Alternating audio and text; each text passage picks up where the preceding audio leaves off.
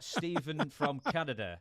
Hi, Dutch and James. I love the show and listen all the time. My question for Dutch is regarding the Florida territory. I'm wondering what his opinion of Buddy Colt was and if he ever wrestled him. I didn't wrestle Buddy, but I knew him pretty well.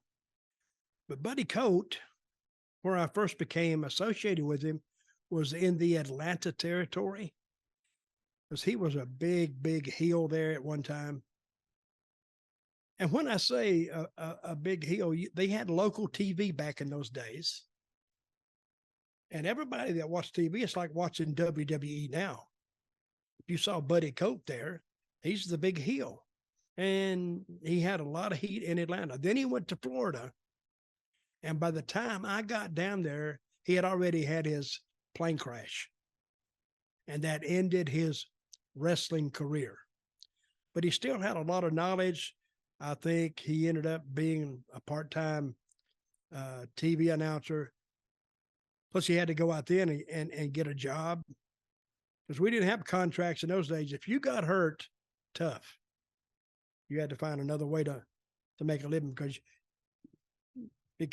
these wrestling promoters, they wouldn't or they couldn't support you. But I think what happened to Buddy, he crashed that plane. I'm sure there was insurance on that plane.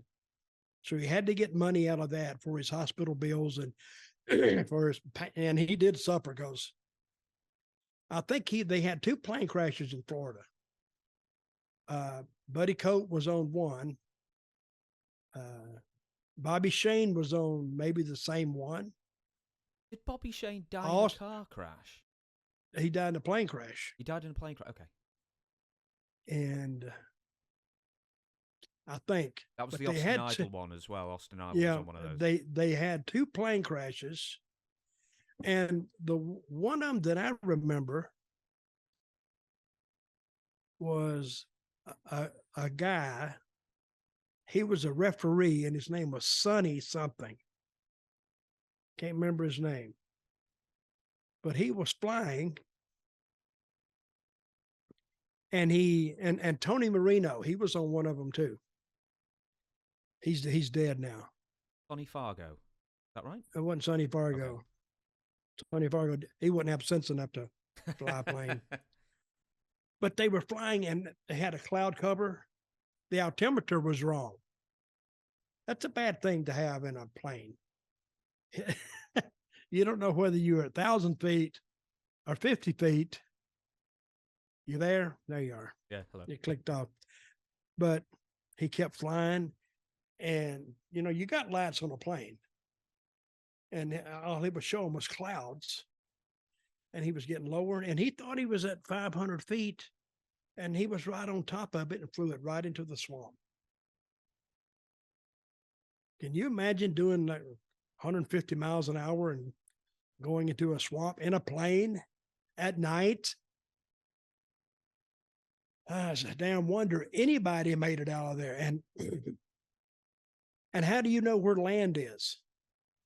Yeah, what direction do you swim if you do get out? Well, I don't know how they survived. They may have, I don't know. I'm going to have to check into that. But